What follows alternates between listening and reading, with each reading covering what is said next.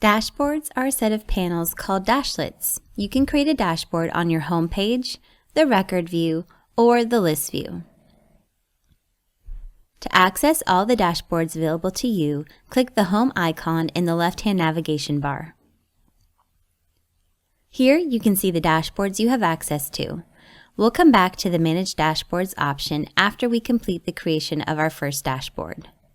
Now, let me show you how to create and modify dashboards. To start, we just have to select Create Dashboard from the Home icon menu, and we'll give it a name. Let's say Melissa's Overview Dashboard. Now the dashboard is created. Next, we'll populate it with dashlets. To do that, we're going to click the Add Dashlet icon. This pulls up a screen with a list of all the available dashlets. Let's start with the Calendar Scheduler dashlet. Once selected, you can configure this dashlet to your liking. I'm going to select Agenda as my view and add calls, meetings, and tasks. Once you've made your changes, you just have to click Save to add this dashlet to the new dashboard.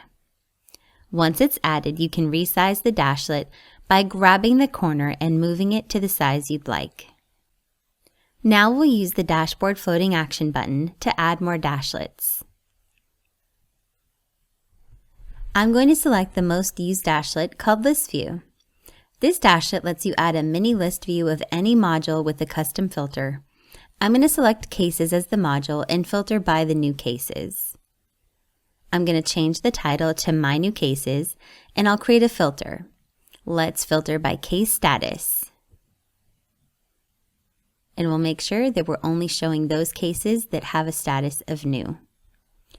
If you save your filter in the List View dashlet, this filter will also be available in the Cases module List View search. Let's also add the Active Task dashlet and just save the default values. We'll also add the History dashlet and save those default values as well. Now that those are added, I'm going to resize and reorganize some of these dashlets on the dashboard. You can do this on your dashboard to meet your specific preferences. Now I'm going to show you how to add a chart from one of your reports. This is easy. You ready for it? Just select the Report dashlet, select the report you'd like to add to your home page, then you'll populate the chart, table, and filter options for your report, and then add it to your dashboard. Now you can rearrange your dashlets to suit your needs. This dashboard looks great, so I'm going to share this dashboard with my team. First, let me say that you can't change a dashboard that you don't own or are assigned to, but if you're using a dashboard that someone else has created, you can duplicate it and configure that new dashboard to meet your own needs. So here we go. We're going to navigate to the Manage Dashboard option on your home page. All the dashboards with the favorite icon enabled are the dashboards available to you. Click on My Dashboard in the list view. And I'm going to change the team from Melissa's private team to the global team and click Save. And that's it. Now you know how to create a new dashboard, change the dashboard you created, and save dashboards for others.